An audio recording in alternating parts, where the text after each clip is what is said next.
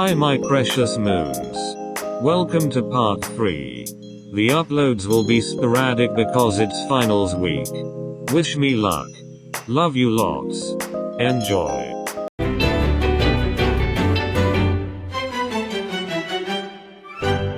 Ikoa rushed through the door, making it to his meeting just barely, and even then he was 5 minutes late.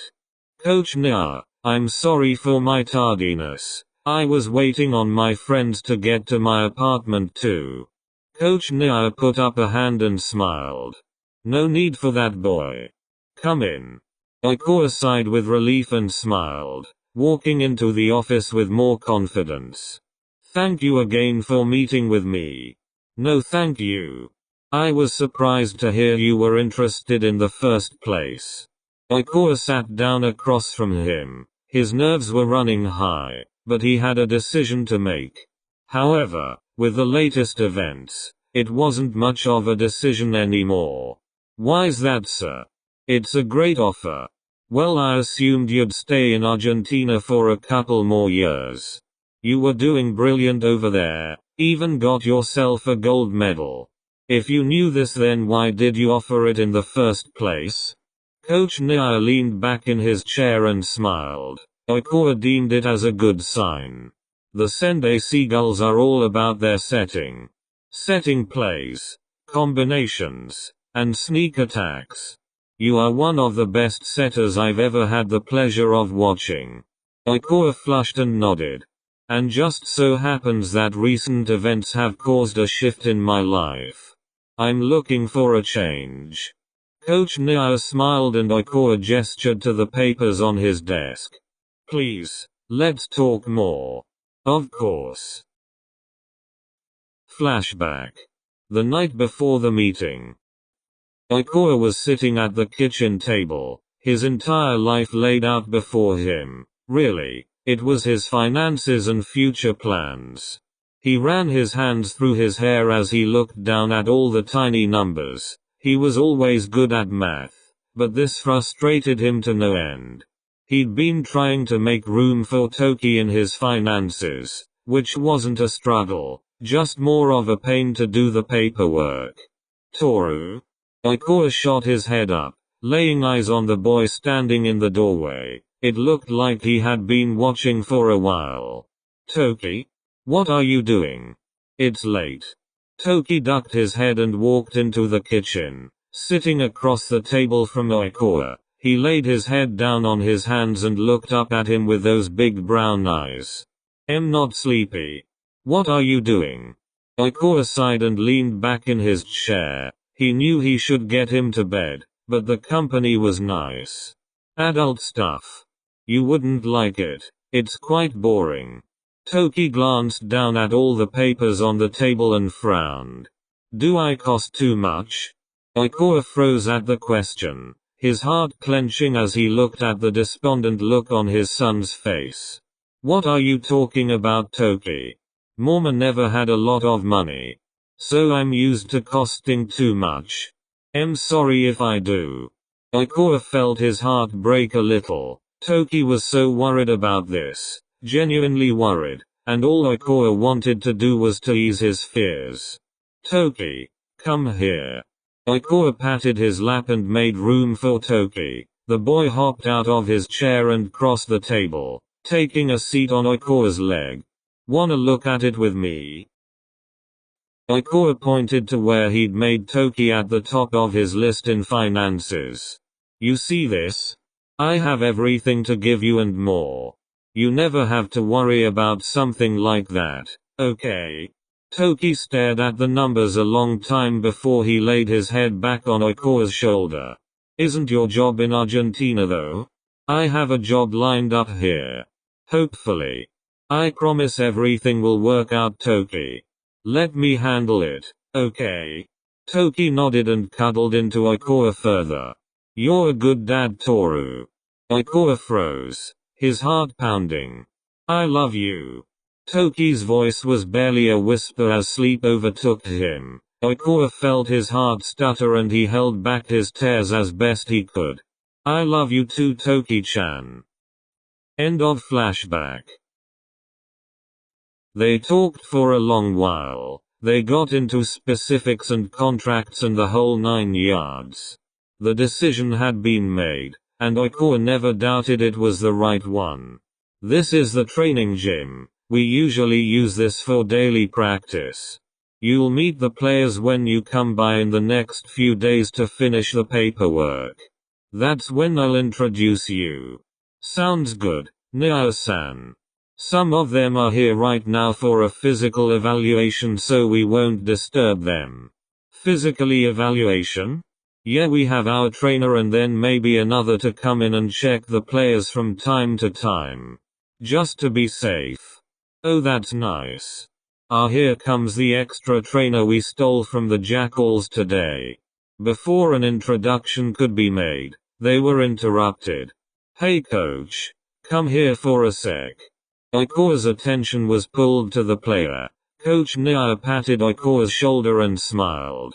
I'll see you in a few days. Glad to have you. Thank you, Nia-san. Coach Nia walked towards his player and Oikoa turned around to leave when he almost ran into someone else. Oh, saw. Oikoa? Oikoa's eyes widened and he stepped back.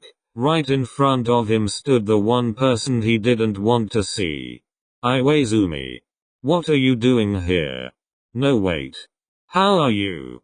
I'm leaving. Huh? You asked what I was doing. And in this present moment, I'm leaving. Oh. Oikoa nodded and turned to walk away. Iwaizumi stopped him before he could even take a step. Can we talk? I don't want to hear anything you say, Iwaizumi. Please, Koa. Just let me take you for coffee or a drink. Or hell, let me have 5 minutes by a fire hydrant or dumpster or something. Oikoa couldn't help it. He snorted. But he turned away quickly. His heart clenched though. He didn't think he missed Iwaizumi until this moment. We don't have anything to talk about. But we've moved on. It's in the past. I haven't moved on. I mean. Oikoa looked at Iwaizumi with wide eyes. He was expecting an apology or a friend request, not a new confession. I miss you. I've been missing you for 6 damn years, so please. Just hear me out. Oikoa ducked his head. He was really pushing his self-control at this point. He missed Iwaizumi, just him hanging around, but still. I can't give you what you want. I have more to think about than just me now. I have responsibilities and bills to pay, so I'd rather you don't waste my time either. I just want to talk. And maybe be friends again.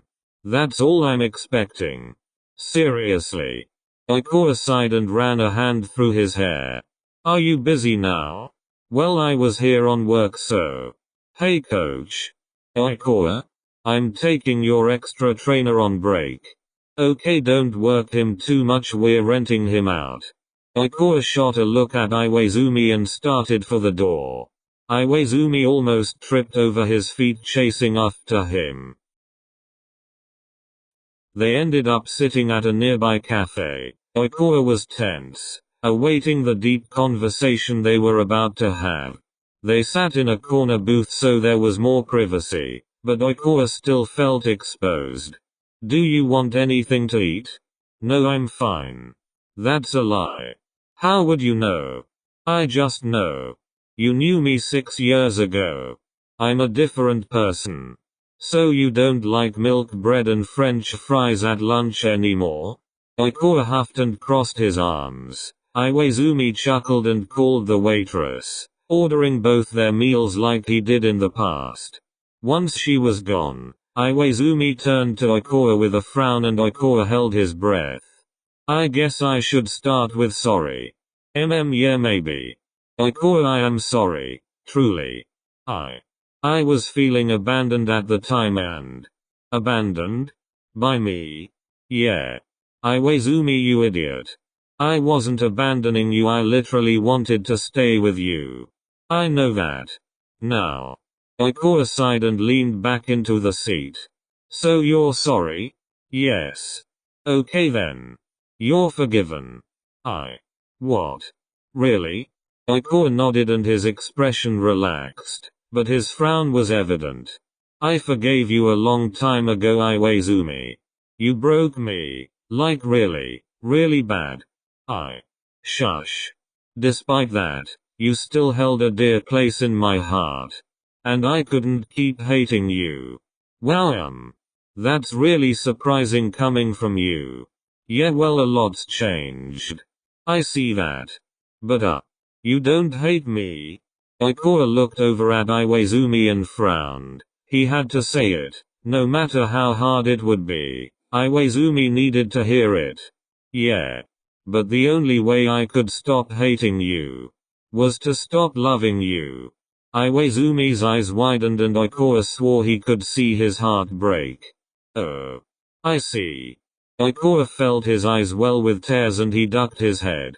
I'm sorry. I wish I could love you. Because I loved loving you. But it's been too long. Ikora. Ikora slowly looked up at Iwaizumi to see him smiling, however sadly. I told you I wasn't expecting you to write. Yeah. I don't want to do anything you're not comfortable with. That's why I haven't reached out knowing you're in Japan. I just want to be friends. Just. For now. Ikora stared at him for a moment before rolling his eyes. I'm telling you right now that nothing is coming out of this. The friend zone is permanent. Okay. Iwaizumi nodded, no hesitation in his actions. I missed you. As my best friend. Ikora smiled softly and nodded. I missed you too. So? Jesus, fine, here's my number. Maki and Matsun have been coming over a lot, so just come with them. Okay, sounds good. But there's something else you should know. Just then, Ikora's phone started ringing. It was Maki. Shit, I have to take this. Go ahead. Maki?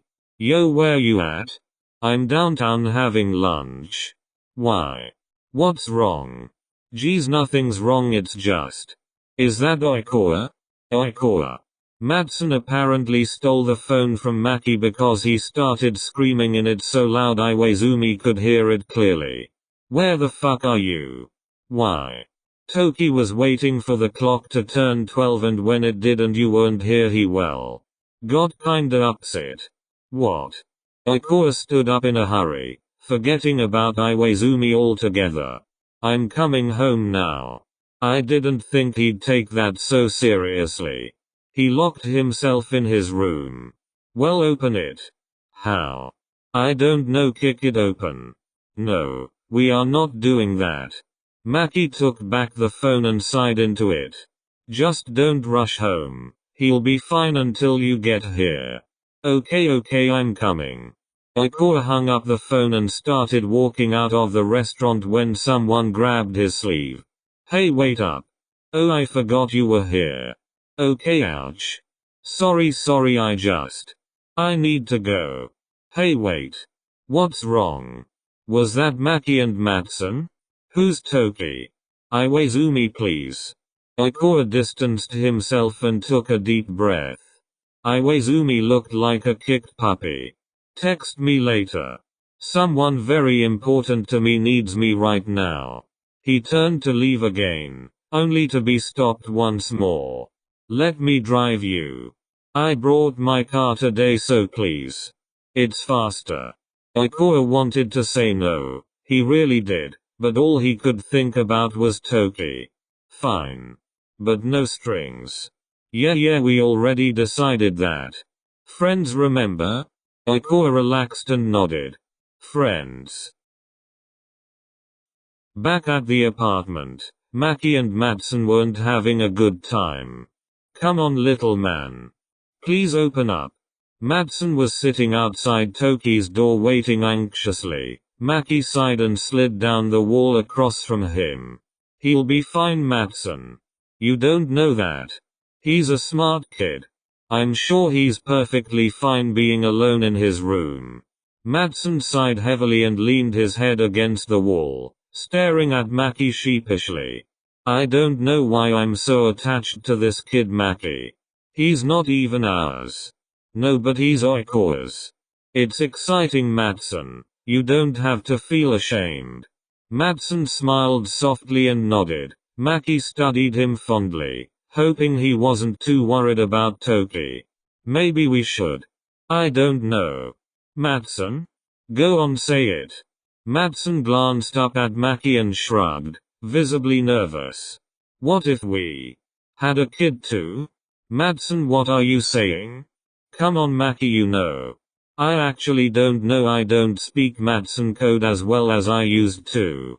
I haven't needed to. You've been speaking Japanese for the better half of 6 years. Okay, Jesus, I get it. Maki, I want to have a kid with you. Maki froze, his eyes blowing wide. This was the one thing he never expected Matsun to want. But no. All the color drained from Matsun's face as he ducked his head. Oh. Matty, we've already talked about this.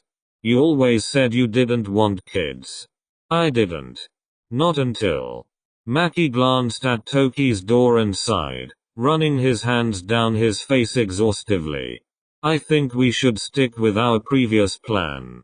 It was a good plan. But I don't want to. Maki, I'm serious.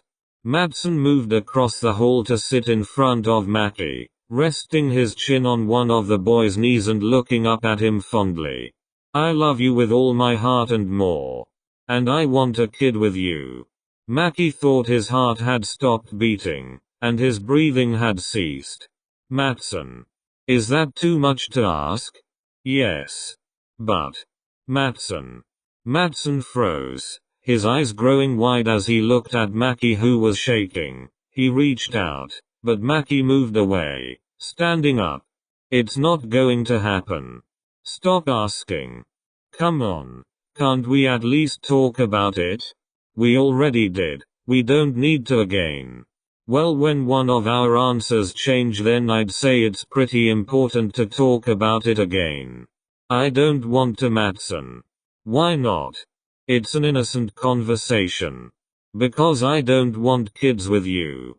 Matsun stopped, and Maki could watch his heart break from the expressions on his face. He immediately regretted it. Wait, no, Mati. Fine. Just then the door of the apartment swung open and Oikoa stormed in. Where is he? Toki?